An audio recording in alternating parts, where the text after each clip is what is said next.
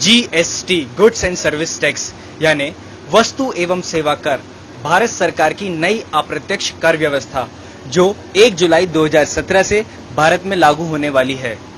पर उससे पहले जीएसटी क्या है, वर्तमान टैक्स संरचना को कैसे सुधार देगा, नए टैक्स सिस्टम की आवश्यकता भारत को क्यों पड़ी, जीएसटी कैसे काम करेगी, क्या होंगे इसके फायदे, जीएसटी को किसने बनाया, जीएसटी काउंसिल क्या है, आइए इन सभी प्रश्नों का उत्तर हम अपने इस वीडियो में देखते हैं। उससे पहले जीएसटी का full form goods and service tax यानी वस्तु एवं सेवा कर है।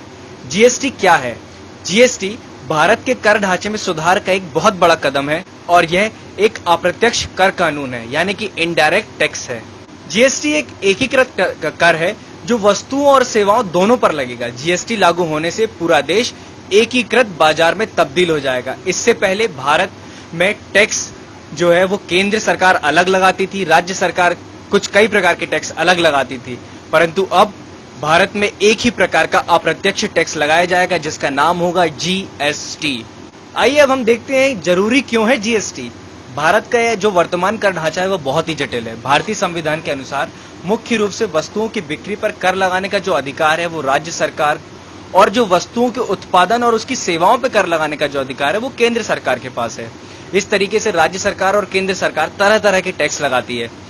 इसी कारण देश में अलग अलग तरह के जो कर लग रहे हैं उनके कारण देश की जो वर्तमान कर व्यवस्था है वो बहुत ही जटिल हो गई है। कंपनियां और छोटे व्यापारियों के लिए विभिन्न प्रकार के कर कानूनों का पालन करना बहुत ही मुश्किल हो गया है।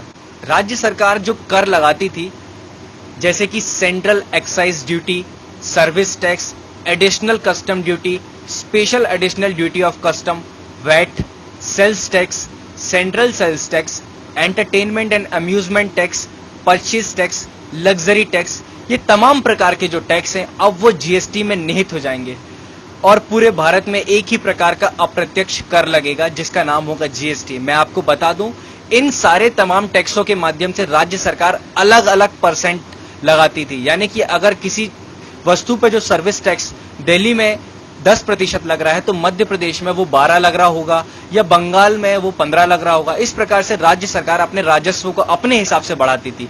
परंतु जीएसटी आने के साथ ही ये सारे टैक्स की जो टैक्सेशन है या जो भी परसेंटेज है वो सब फिक्स हो जाएंगे और वो सारे टैक्स जीएसटी में निहित हो जाएंगे। अलग अलग कोई भी सरकार इन पे नहीं लगा पाएगी अलग से कोई सा भी टैक्स, और सिर्फ कस्टमर को एक ही टैक्स देना पड़ेगा जिसका नाम होगा जीएसटी। जीएसटी 3 प्रकार के होंगे जैसे कि सीजीएसटी, एसजीएसटी और आईजीएसटी। सीजीएसटी यानी सेंट्रल जीएसटी जो कि केंद्र सरकार द्वारा वसूला जाएगा, एसजीएसटी यानी स्टेट जीएसटी जो कि राज्य सरकार अपने यहाँ होने वाले कारोबार पर वसूलेगी, और आईजीएसटी यानी इंटीग्रेटेड जीएसटी, कोई कारोबार अगर 2 राज्यों के बीच में होगा तो उस पर आईजीएसटी लगेगा यानी इंटीग्रेटेड जीएसटी वसूला जाएगा। इसे केंद्र सरकार द्वारा वसूला जाएगा और केंद्र सरकार बाद में उन दोनों राज्यों में जहां पर व्यापार हो रहा था, जिनके मध्य व्यापार हो रहा था, उन दोनों को समान अनुपात में बांट देगी, जिससे 2 राज्यों के बीच में होने वाले विवाद, कर विवाद की स्थिति बिल्कुल ही खत्म हो जाएगी।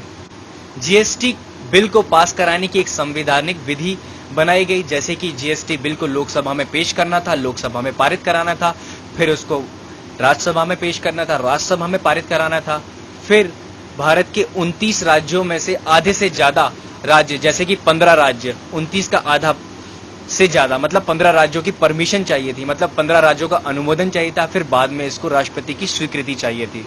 ये थी जीएसटी को पास कराने की विधि। इसी विधि पर चलते हुए मोदी सरकार ने 122वां संविधान संशोधन विधेयक यानी कॉन्स्टिट्यूशनल अमेंडमेंट बिल लोकसभा में पेश किया। इसके साथ ही उन्होंने कुछ आर्टिकल जैसे कि आर्टिकल 246, 248, 268 में भी अमेंडमेंट लाए। मैं आपको बता दूं कि 122वां संविधान संशोधन विधेयक जो कि जीएसटी बिल था उसे मोदी सरकार ने 2014 में संसद में पेश किया, जिसके तहत लोकसभा द्वारा मई 2015 में इसे पास कर दिया गया। 4 अगस्त 2016 को भी राज्यसभा ने जीएसटी बिल को पास कर दिया। जीएसटी संविधान संशोधन बिल में एक महत्वपूर्ण घटना यह है कि इसके खिलाफ एक भी वोट नहीं पड़ा, यानी पूर्ण बहुमत से जीएसटी बिल को पास कर दिया गया।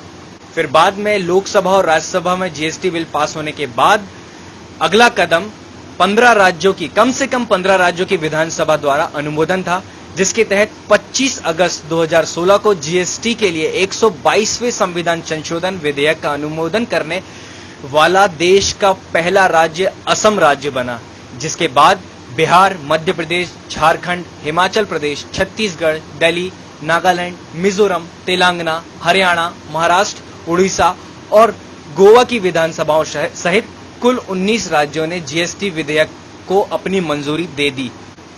वर्तमान की स्थिति ये है कि जब 25 अगस्त 2016 में कम से कम 15 राज्यों से जो अनुमोदन हो गया था, उसके बाद मोदी सरकार ने जीएसटी बिल में कुछ अहम बदलाव किए, जिसके तहत इन्हें पुनः इस बिल को संसद में पेश करना था। तो मोदी सरकार ने 29 मार्च 2017 को पुनः इस बिल को लोकसभा में पेश किया गया। खास बात यह थी कि इस बिल को इस बार जब इन्होंने लोकसभा में पेश किया तो इसे एज अ नॉर्मल बिल पेश नहीं किया, इसको उन्होंने एज अ धन विधेयक पेश किया, ताकि राज्यसभा से इसके पारित होने का रास्ता आराम से बन जाए। मैं आपको बता दूं, मनी बिल सिर्फ लोकसभा में पेश किया जा सकता है, राज्यसभा में इसकी मंजूरी या फिर इसकी स्वीकृति की आवश्यकता नहीं होती है, ये महज एक औपचारिकता ही होती है। और इसी के साथ 6 अप्रैल को राज्यसभा ने भी इस संशोधित जीएसटी विधेयक को पारित कर दिया। इसके बाद मैं आपको बता दूं कि धन विधेयक को लोकसभा सिर्फ सिफारिशें कर सकती है, जिसके लिए राज्यसभा सिर्फ सिफारिश कर सकती है, जिसके लिए लोकसभा बाध्य नहीं होती है। और अगर राज्यसभा इस बिल को पास नहीं करती तो 14 दिनों में इसको स्वतः ही पास माना जाता। और अब राष्ट्रपति की मंजूरी के लिए इस बिल को भेजा गया है। इसके बाद पुनः कम से कम 15 राज्यों की मंजूरी को मोदी सरकार देखेगी, जो कि आराम से मिल जाएगी। और इसके साथ भारत में एक राष्ट्र एक टैक्स लागू हो जाएगा, जिसका नाम होगा जीएसटी। इस व्यवस्था से केंद्रीय स्तर पर लगने वाले उत्पाद शुल्क, सेवा कर और राज्य में लगने वाले तमाम वैट सहित अन्य कर जीएसटी में शामिल हो जाएंगे। सिर्फ अल्कोहल यानी शराब और पेट्रोलियम प्रोडक्ट और कुछ तंबाकू से बने हुए उत्पाद को जीएसटी बिल से दूर रखा गया है, यानी कि ये सब प्रोडक्ट जीएसटी के अंतर्गत नहीं आएंगे। आइए इसे समझते हैं, ऐसा क्यों किया गया है। कुछ राज्य हैं जिनकी आमदनी कुछ खास नहीं है और वो पेट्रोलियम प्रोडक्ट पर एक्स्ट्रा कर लगा के अपने राजस्व को चलाते हैं, कुछ अल्कोहल पे एक्स्ट्रा कर लगा के अपने राजस्व को चलाते हैं। तो जिससे अगर इन सब प्रोडक्ट पे एक जीएसटी का एक फिक्स टैक्स लग जाएगा तो उन राज्यों की जो राजस्व है उन पे काफी नुकसान होगा, जिसके तहत इन सारे प्रोडक्ट को जीएसटी टैक्सेशन से अभी फिलहाल दूर रखा गया है। और भी चीजों में अगर किसी राज्य को नुकसान हो रहा है तो 5 साल तक केंद्र सरकार उसकी भरपाई करेगी। आपको बता दूं कि 21 जून 2017 तक जम्मू कश्मीर को छोड़कर सभी 29 राज्य और केंद्र शासित प्रदेशों ने राज्य जीएसटी यानी कि एसजीएसटी कानून को पारित कर दिया है। अभी सिर्फ 2 राज्य हैं ऐसे, पश्चिम बंगाल और केरल, जहां इस कानून को लेकर अध्यादेश जारी किया गया है। वहीं बाकी राज्यों और केंद्र शासित प्रदेशों की जो विधानसभाएं हैं उसने जीएसटी कानून को पारित कर दिया है। पश्चिम बंगाल ने 15 जून को ऑर्डिनेंस लाया और जबकि केरल ने 21 जून को इस संबंध में ऑर्डिनेंस जारी किया है। राज्य सरकार अपने विशेषाधिकार के तहत ऑर्डिनेंस जारी कर सकता है। जीएसटी व्यवस्था में कर की दरों में 5 स्लैब हैं, 0, 5, 12, 18, 28%, जिसमें खाने पीने की अहम चीजों पर 0% टैक्स होगा, जबकि नुकसानदेह या लग्जरी वाली चीजों पर अधिक टैक्स रखा गया है। जैसे कि हम इस टेबल में देख सकते हैं कि 50% of the consumer price basket including food grain, इसको 0% कैटेगरी में रखा गया है। मास consumption items like spices and mustard oil, ये 5% की टैक्सेशन लिमिट में रहेंगे। 12% में प्रोसेस्ड फूड को रखा गया है। 18% में soaps, oil, toothpaste, refrigerators, smartphones को रखा गया है। 28% पर व्हाइट गुड्स, कार और 28% प्लस सेस। वो सेस कितना होगा यह अभी डिस्क्लोज नहीं किया गया है। लग्जरी कार्स, पान मसाला, टोबैको, एरेटेड ड्रिंक्स, इन सब में सेस के साथ 28% पर इन सारे प्रोडक्ट्स को रखा गया है। जीएसटी के आ जाने से कुछ बेनिफिट्स होंगे। आइए उन बेनिफिट्स को हम विस्तार पे देखते हैं। किसी भी राज्य में एक सामान का एक ही दाम होगा। पूरे राज्य में किसी भी सामान को खरीदने के लिए एक ही टैक्स चुकाना होगा, यानी पूरे देश में किसी भी सामान की कीमत एक ही रहेगी। जैसे अगर आप कोई कार दिल्ली में खरीदते हैं तो उसकी कीमत अलग होती है, अगर उसी कार को आप उत्तर प्रदेश में खरीदते हैं तो उसकी कीमत अलग होती है, लेकिन जब जीएसटी लागू हो जाएगा तो उसी कार की कीमत दिल्ली में भी एक ही होगी और उत्तर प्रदेश में भी एक सी ही होगी। सेकेंड पॉइंट यह है कि कर विवाद में कमी आएगी। कर वसूली करते समय अधिकारी द्वारा कर में हेराफेरी की जो संभावनाएं होती हैं वो बहुत ही कम हो जाएगी या खत्म हो जाएगी। एक ही व्यक्ति या संस्था पर कई बार टैक्स लगाने की जरूरत नहीं पड़ेगी, सिर्फ इसी टैक्स से सारे टैक्स वसूल किए जाएंगे। जानकारों का मानना है कि बहुत सारी वस्तुओं की कीमतें कम भी होंगी। राज्य सरकार को मिलने वाला वैट, मनोरंजन कर, लग्जरी कर, लॉटरी कर, एंट्री कर आदि सब खत्म हो जाएगा। फिलहाल जो सामान खरीदते समय हमें 30 से लेकर 35% टैक्स देना पड़ता है, वो घटकर 5 से लेकर 28% हो जाएगा। कंपनी और व्यापारियों को अपना माल एक जगह से लेकर दूसरी जगह ले जाने पर कोई भी अतिरिक्त कर नहीं चुकाना पड़ेगा, जिससे सामान बनाने की लागत घटेगी। टैक्स पर टैक्स की व्यवस्था समाप्त होगी। पूरे देश में एक ही प्रकार का अप्रत्यक्ष कर होगा, जिससे व्यवसायियों को खरीदी गई वस्तुओं और सेवाओं पर कर पर जीएसटी क्रेडिट मिल जाएगा। इसका उपयोग वह बेची गई वस्तुओं और सेवाओं पर लगे जीएसटी के भुगतान में कर सकेगा। इससे टैक्स पर टैक्स की लगने की व्यवस्था समाप्त हो जाएगी। विदेशी निवेशकों को भी आसान होगा, क्योंकि भारत की जो अपनी एक टैक्सेशन व्यवस्था थी वो काफी जटिल थी, जिससे अब जीएसटी लागू होने से विदेशी निवेशक भी इसकी भारत की तरफ आकर्षित होंगे। जानकार मानते हैं कि काले धन से निपटने के लिए बहुत बड़ा हथियार होगा। लोग कर चोरी आसानी से नहीं कर पाएंगे, इसलिए जीएसटी को काले धन से निपटने के लिए एक मजबूत हथियार के तौर पर देखा जा रहा है। अंतर्राज्यीय व्यापार में आसानी होगी। अगर कोई कंपनी या कारखाना एक राज्य में अपने उत्पाद को बनाता है और दूसरे राज्यों में बेचता है, तो उसे कई तरह के टैक्स दोनों राज्यों को चुकाने होते थे, जिससे कीमत बढ़ जाती थी। जीएसटी लागू होने से ऐसा कुछ नहीं होगा। अंतर्राज्यीय व्यापार में आसानी होगी। ये तमाम प्रकार के जो रूल बनाए गए हैं वो एक जीएसटी परिषद द्वारा बनाए गए हैं। जीएसटी परिषद में एक चेयरमैन होता है, जो कि फाइनेंस मिनिस्टर को बनाया गया था।